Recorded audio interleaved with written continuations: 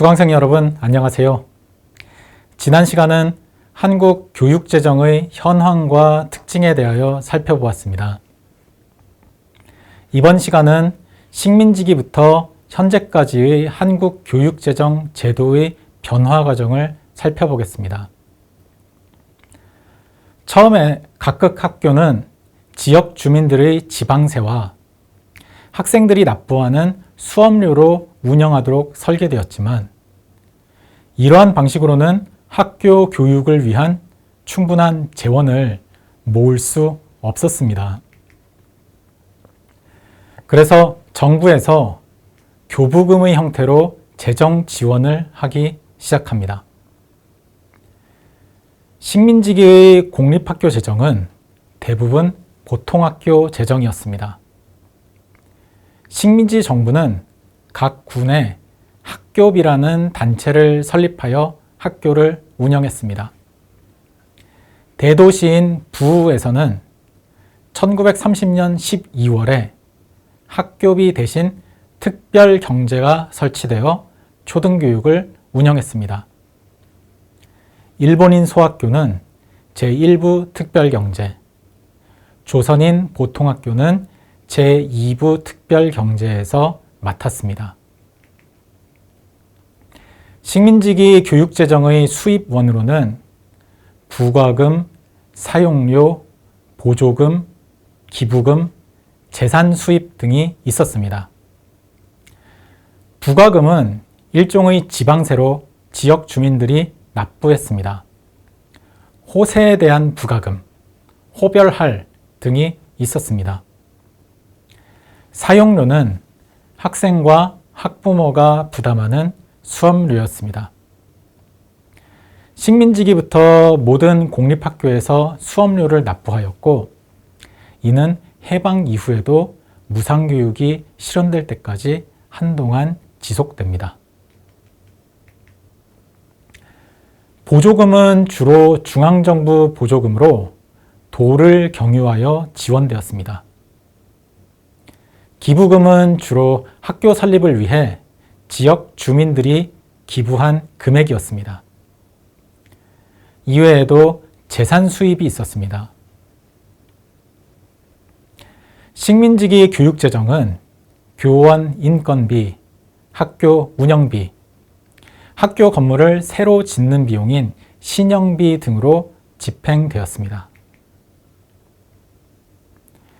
해방 이후 미군정은 지방세법을 제정하면서 학교비를 호별세에 대한 부가세 형태로 징수하도록 제도를 유지합니다.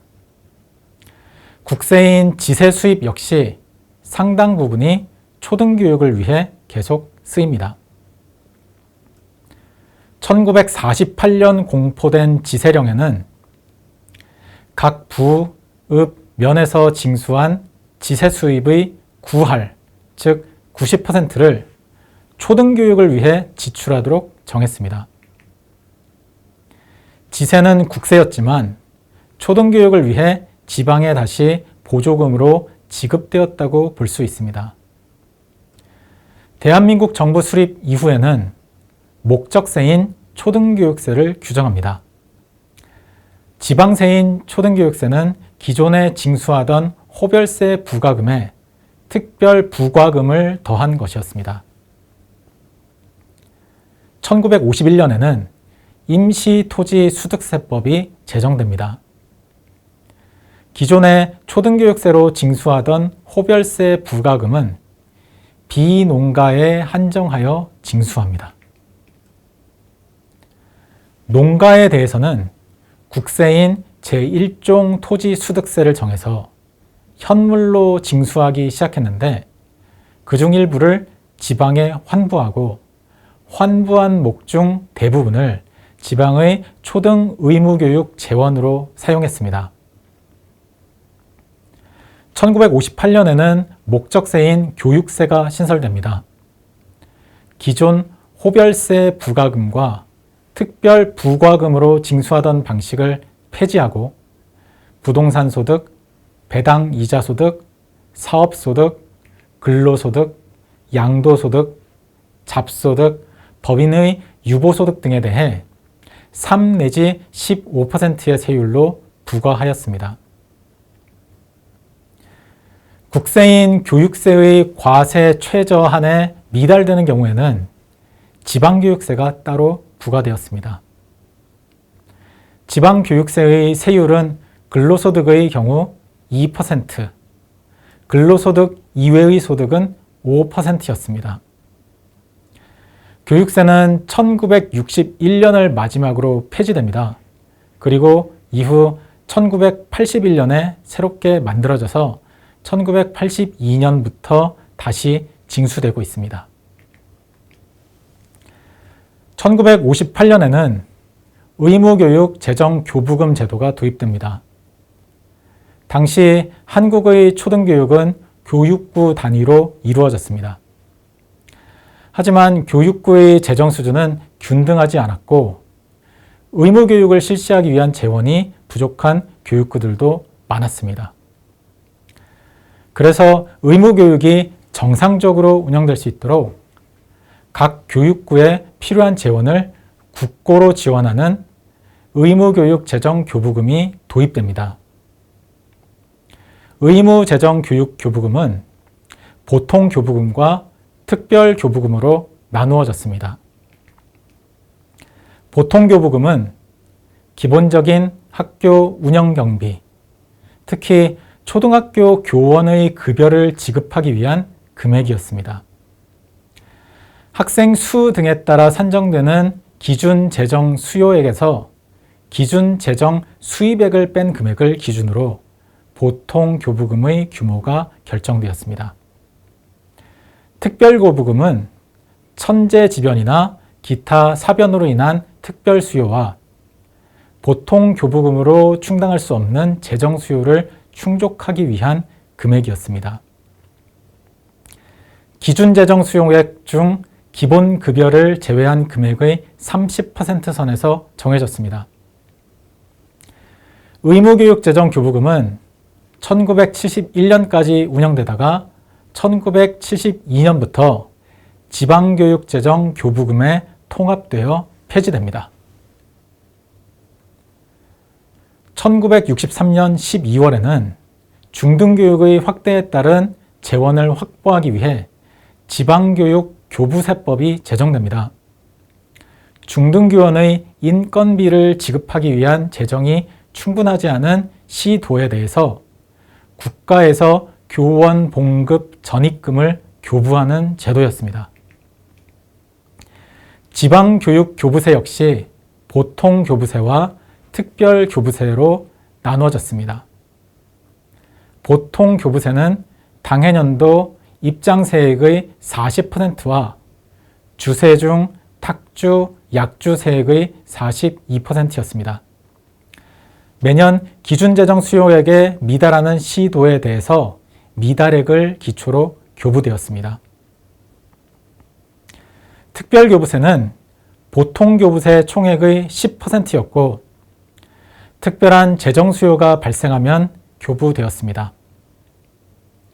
지방교육교부세 제도도 1972년부터 지방교육재정교부금법에 통합되어 폐지됩니다.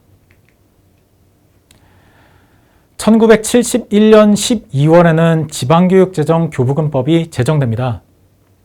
이전까지 분리되어 있었던 초등교육재정과 중등교육재정이 이제 통합되어 운영됩니다.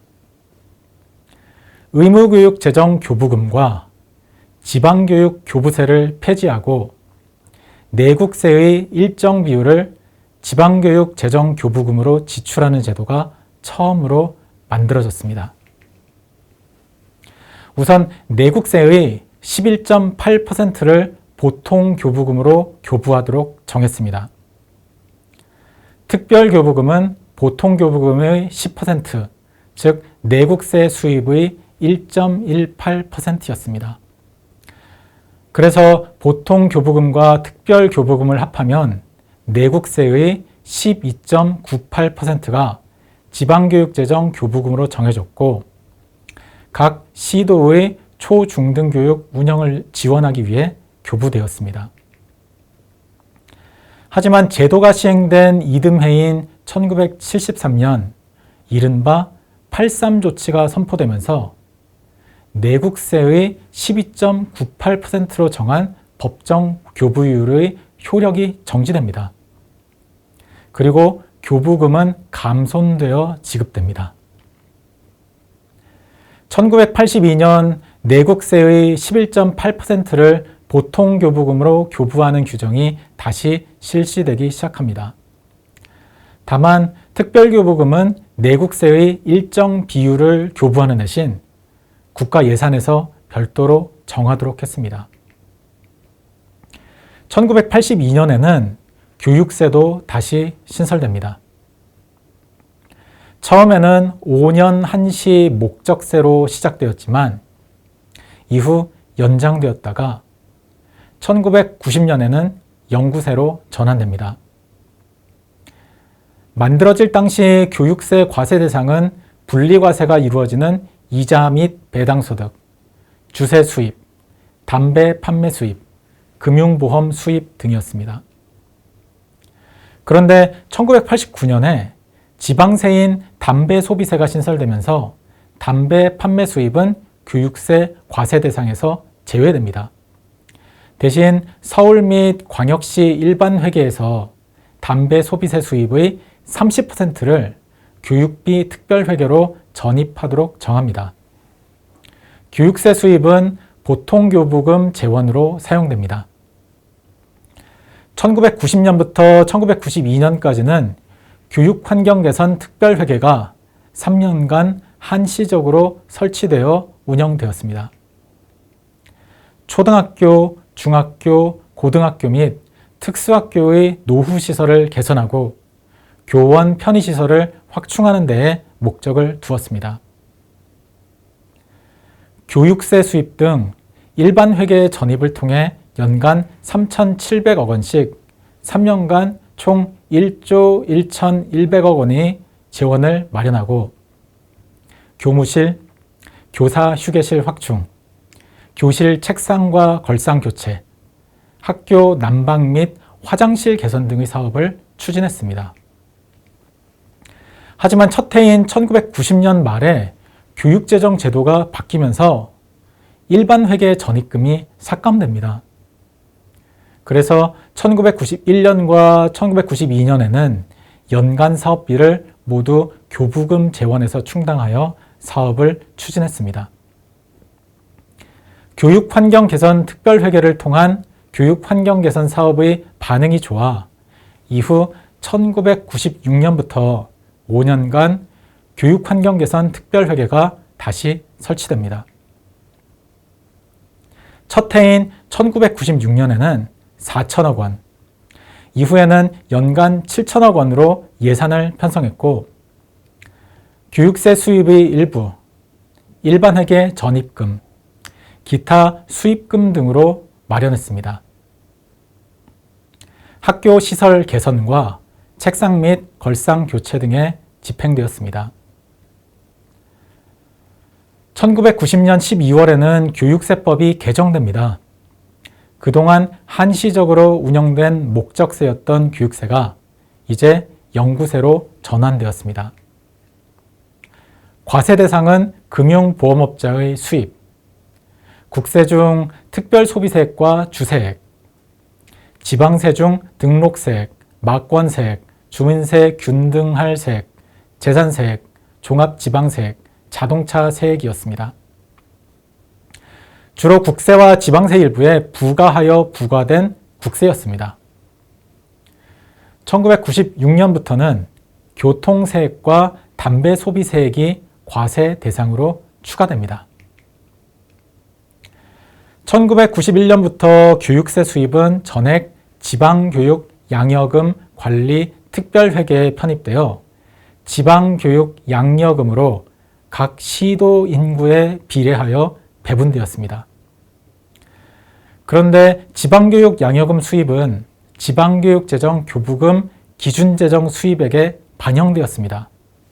그래서 양여금만큼 교부금이 줄어들게 되어 큰 의미는 없었습니다.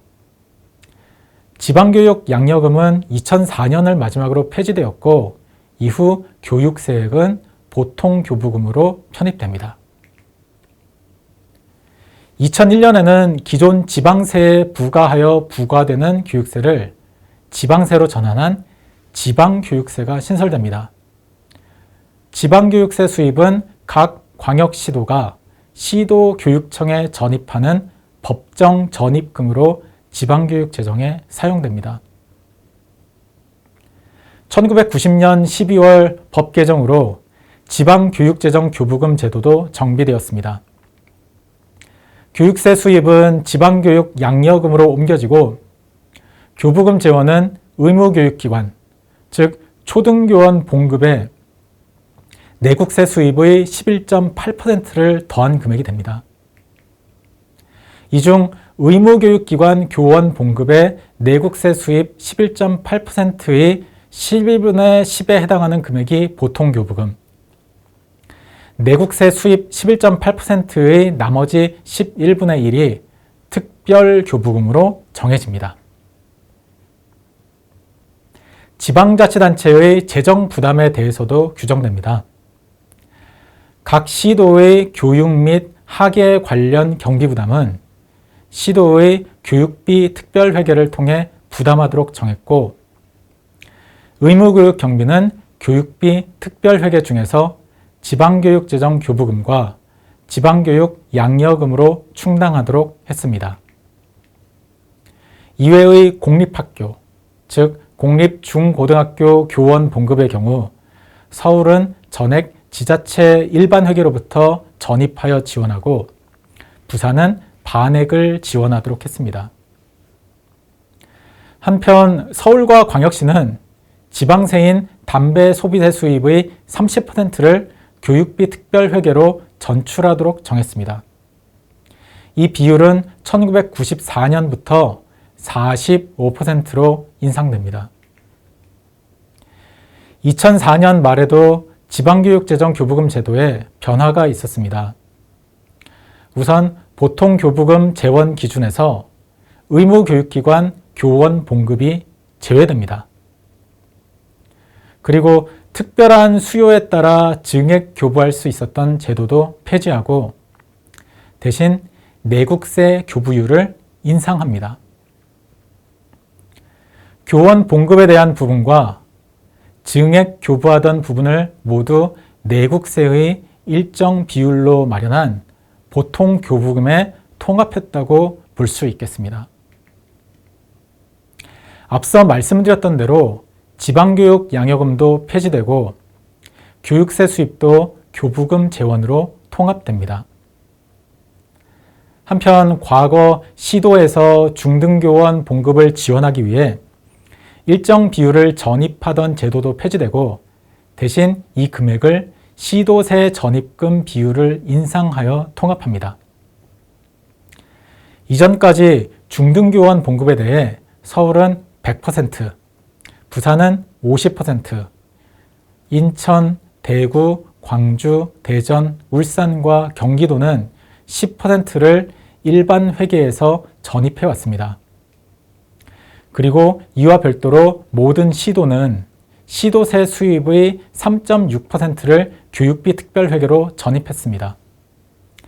이제는 중등교원 봉급에 대한 전입이 사라지는 대신 시도세 전입금 비율을 서울은 10%, 광역시 및 경기도는 5%로 인상합니다.